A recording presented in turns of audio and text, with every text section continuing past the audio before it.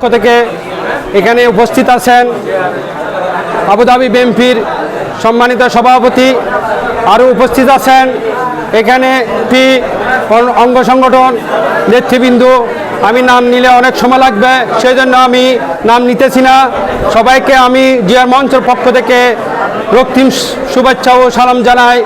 আমার বিএনপির পক্ষ থেকে আমার দলীয় ভাই সবাইকে আমার সালাম। আজকে ইফতার মাহফিল করতেছি, 16-17 বছর হয়ে গেছে ওই শাসক আমাদেরকে ইফতার মাহফিল বঞ্চিত করতে দেয় নাই। তারা এখন পালিয়ে বেড়াচ্ছে, ভারতে চলে গেছে। এখন আমাদের এই দিনে কথা মনে পড়তেছে, 16 বছর আমরা অতিবাহিত করছি, আমরা এই ইফতার মাহফিল কখনো করতে পারি নাই। আজকে সৌভাগ্য হয়েছে 5ই আগস্ট তাদের ষড়যন্ত্রের মাধ্যমে আজ আমাদের এখানে সফলতা হয়েছে।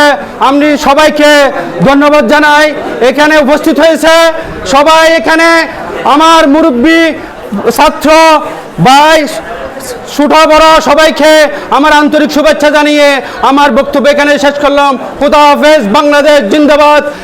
শহীদ প্রেসিডেন্ট জিয়া অমর হক। খালেদা জিয়া জিন্দাবাদ। তারুণ্যের অহংকার তারেক রহমান জিন্দাবাদ। আসসালামু আলাইকুম।